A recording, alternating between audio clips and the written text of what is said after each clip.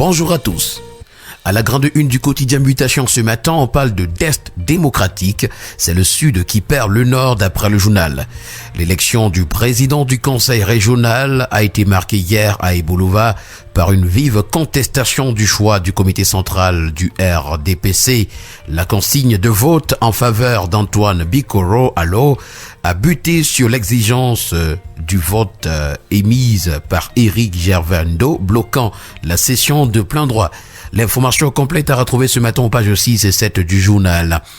En petite une, Jean-Pierre Amougou Bellinga devant la barre. Le livre du matériel militaire à la DSP depuis 18 ans, c'est à retrouver au complet en parcourant la page 5. La nouvelle expression parle de découpage administratif ce matin comme une escroquerie politique en perspective. Depuis quelques semaines, le ministre de l'administration territoriale, Paul Atangandi, a demandé aux autorités administratives de lui faire des propositions en vue de la création de nouvelles unités administratives. Des informations introduites indiquent que le pouvoir de Yaoundé est en train de préparer un découpage administratif sans aucun rapport avec la population du Cameroun. Nous continuons ce matin avec Cameroun Tribune qui nous renseigne que le Cameroun et les États-Unis parient sur la santé. Sur les 5 prochaines années, les deux pays entendent investir près de 500 milliards de francs CFA dans ce secteur.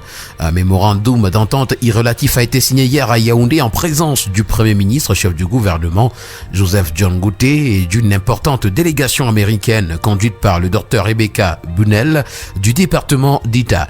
Une information à retrouver ce matin au complet à la page 2 du journal. Le quotidien Vert Émergence, pour sa part ce matin, parle des morts de la crise post-électorale et nous renseigne que le camp Tiroma est sur la voie de l'offensive judiciaire. Au cours d'une conférence de presse récemment donnée à Paris, le collectif d'avocats du leader politique dit avoir recensé une 60aine de décès de civils. C'est à retrouver ce matin au complet à la page 5 du journal. En petite une, on parle d'exécutifs, des conseils régionaux, fortunes diverses à retrouver. Exécution des projets routiers, 214 entreprises contractualisées entre 2021 et 2025. En économie, le premier quotidien économique de la zone CEMAC, l'économie ce matin, s'agissant de rapatriement des fonds RES, les négociations en berne entre l'ABIAC et les entreprises pétrolières sont à retrouver. Les lignes n'ont pas beaucoup bougé depuis les dernières discussions du 13 octobre 2025 à Washington. Elles sont censées reprendre en 2026, tel que nous le renseigne ce matin le journal. Marché des titres publics également en petite une, la dette des États de la CEMAC est en hausse en 2024. Le quotidien d'information républicaine, le drapeau pour sa part ce matin, parlant de gouvernance régionale, titre entre continuité et renouveau. Et d'après le commentaire que fait pour nous ce matin le quotidien, le 16 décembre 2025, plusieurs conseils régionaux ont élu ou reconduit leur président à travers le Cameroun. À l'extrême nord, le professeur Aman Diallo prend la présidence du conseil régional. Au nord, Oumarou Ousmaou reste à la tête, tandis qu'Aliou Issa dirige l'Adamawa. L'Ouest voit Jules Hilaire Foka réélu pour un second mandat et le centre confirme le patriarche Gilbert Timiévouna. Dans le littoral et le sud, Polycap Balok et Antoine Bikoro Allo prennent ou confirment leurs fonctions. C'est à retrouver donc ce matin. Et restant dans cette session de plein droit du conseil régional avec Ouest-Eco ce matin, c'est Foka qui a été réélu et l'UDC quitte la salle. La discipline du parti a été non négociable dans la région de l'Ouest. Coupe du Cameroun également à retrouver dans les colonnes de Ouest-Eco ce matin. Duimanto venge El Pacha et ramène le trophée à la maison.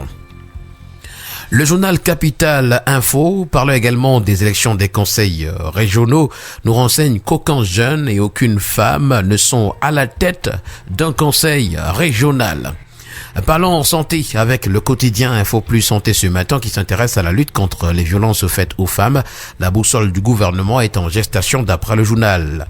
C'est à ça que vont servir les résultats de l'étude qualitative sur les violences faites aux femmes et aux filles au Cameroun, dont le rapport est soumis à la validation au cours d'un atelier organisé par ONU Femmes qui s'est ouvert ce 16 décembre pour s'achever le 19.